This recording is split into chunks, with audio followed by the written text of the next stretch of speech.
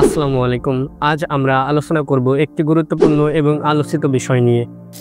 পহেলা বৈশাখ পালন করা ইসলামে জায়েজ নাকি হারাম? পহেলা বৈশাখ বা বাংলা নববর্ষ বাঙালি জাতির একটি বড় সাংস্কৃতিক উৎসব। কিন্তু এই উৎসব নিয়ে মুসলিম সম্প্রদায়ের মধ্যে অনেক প্রশ্ন এবং মতভেদ রয়েছে। আসুন আমরা এই বিষয়ে বিস্তারিত জানার চেষ্টা করি। পহেলা বৈশাখে শুরু হয়েছিল মুঘল আমলে। সম্রাট আকবর এটি চালু করেছিলেন কৃষি মৌসুমের সাথে সময়কে মেলানোর জন্য। পরবর্তীতে এটি একটি সংস্কৃতি উৎসবের রূপ নেয়।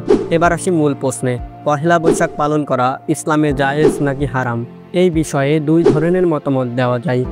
একদল মনে করে পহেলা বৈশাখ একটি সংস্কৃতি উৎসব, কোনো ধর্মীয় উৎসব নয়, তাই মুসলিমরা এতে অংশগ্রহণ নিতে পারবে যদি তারা এমন কিছু না করে যা ইসলামে নিষিদ্ধ, যেমন শিরিক করা, আল্লাহর সাথে অন্য কাউকে শরিক করা, মদ্যপান বা অনৈতিক কাজ থেকে দূরে থাকলে এটি পালনে কোনো সমস্যা নেই।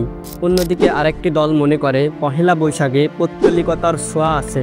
তারা মনে করেন এতে অংশগ্রহণ করা অমুসলিমদের অনুকরণ করা, যা ইসলামে নিরুৎসাহিত। কেউ কেউ এটিকে হারাম বলেও ফতোয়া দিয়েছেন। আসলে এই বিষয়ে আলেমদের মধ্যে কোনো ঐক্যমত নেই। কেউ এটিকে শর্ত সাপেক্ষে জায়েজ মনে করেন, আবার কেউ এটিকে পুরোপুরি নিষেধ করেন। তো পহেলা বৈশাখ পালন করা ইসলামে জায়েজ নাকি হারাম এ বিষয়ে উত্তর দেওয়া এত সোজা নয়। এটি নির্ভর করে আপনি কিভাবে এটি পালন করছেন এবং উৎসবে কি করছেন তার উপর।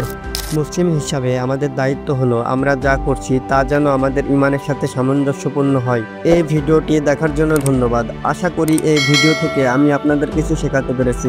আমার এই ভিডিওতে লাইক, কমেন্ট এবং সাবস্ক্রাইব করতে ভুলবেন না।